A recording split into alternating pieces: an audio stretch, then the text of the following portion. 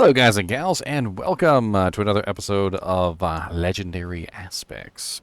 Today, we're going to be going over a legendary aspect, which is probably one of the more popular ones, known as the aspect of Umbral. The aspect of Umbral is a ring-only aspect. It is part of the resource category, and because it is a ring-only aspect, it actually is a little difficult to come by.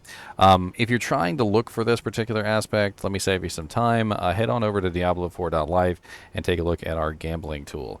In the gambling tools, you can select the Ring of the Umbral, and it will tell you that the best place to gamble it is rings on the rogue. The reason is because the rogue has the least number of competing aspect slots out of all of the characters. So when you gamble for rings on the rogue, there is a very good chance that you will get yourself a Ring of Umbral. However, if you are trying to get other aspects besides just the Ring of Umbral, you could gamble it on any other character as well. You just have less of a chance the more aspects are on that particular character. The Necromancer's the worst because he has so many competing aspects for this particular thing that it just makes it very difficult to gamble this ring. Now, the Ring of the Umbral has an effect which it restores 4 of your primary resource whenever you crowd control an enemy. This means that you can generally maintain a full resource pool a lot, actually, a heck of a lot. And this means that in general, when you're trying to maintain resources, if you have a way of crowd controlling the enemy, or multiple ways of crowd controlling the enemy, you can get a lot of your resource back. Now, what is constituted as a crowd control effect? Well, it's really simple. If you go to your character panel and you scroll down to where it says damage versus crowd control, and you hold your mouse over that, it's going to tell you that crowd control is slows, immobilizes, stuns, knockbacks, knockdowns, taunts, fears, tethers, dazes, chills, and freezes. So any of these effects can potentially trigger the return of your primary resource. Now, the problem with this, however, is that crowd control effects are not effective versus all monsters. Some monsters in the game are unstoppable, and because of this, you would not be able to crowd control them and return any of their resource. Bosses also are completely immune to crowd control effects and have a different effect known as the stagger bar. The stagger bar is going to go up as you apply crowd controls to the monster, but it's not going to return you any resource. If I spam my Blizzard on this particular target, for instance, you'll notice that my mana goes down really fast, and it doesn't really stay up. However, if I change this dummy, of course, didn't actually have the ring equipped. Let's equip it real quick so I can show you that part. So as you can see, it goes down, and it continues to go down regardless. However, if I change this dummy to an elite dummy instead, which is capable of being crowd controlled, with the Ring of Umbral on, you'll notice that the opposite happens, and I actually start to gain some of my mana back in a rather expeditious fashion through adding that crowd control effect to the monster. If I change this to multiple training dummies, you'll notice that it gets even better because the multiple training dummies can each have a crowd control effect applied to them, which means that I can constantly restore my resource almost never-endingly through applying those crowd control effects to multiple monsters. So the Ring of Umbral actually works surprisingly well to maintain a resource in a situation like this.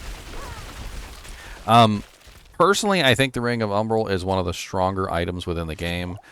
It definitely is extremely powerful versus what I would consider to be the trash mobs, the elites, the named elites, and everything in between. It definitely makes it so that you can maintain your resource almost indefinitely, depending on how much crowd control effects you have to apply to the enemy. The more crowd control effects, the more monsters, the better that you can maintain your resource, and the better you can maintain your resource, the more of your actual damaging effects that you can spam. Like, for instance, in my case with Frozen Orb, if Frozen Orb is my main choice, I can spam Frozen Orb, and by spamming Frozen Orb, I'm applying the chilling and the freezing effects, and I can perpetually maintain my resource just by spamming enough crowd control effects on the enemy, which is pretty amazing.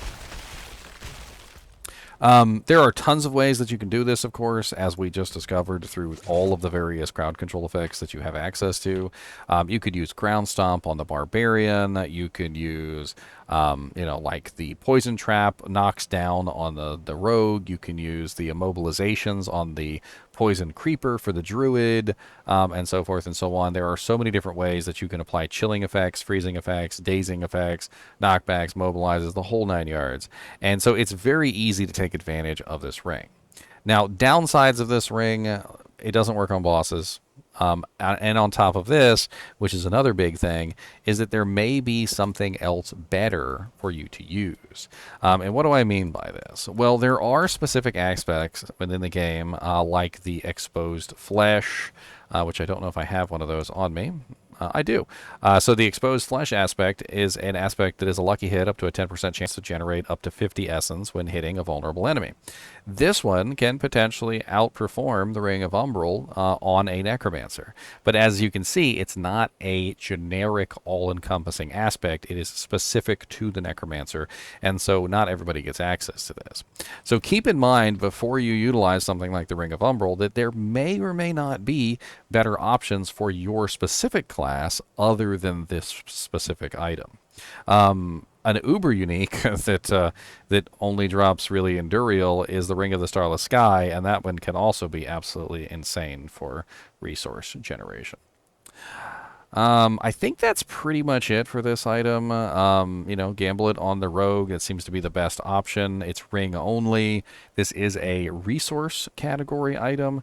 It is rather strange, the resource category, because it is ring only. And this does unfortunately mean that, well, it competes with things like the Blue Rose, the Talrash's Iridescent Loop, and other really good, unique rings and aspects that you could potentially put in those slots. As always, thanks for watching, and keep watching.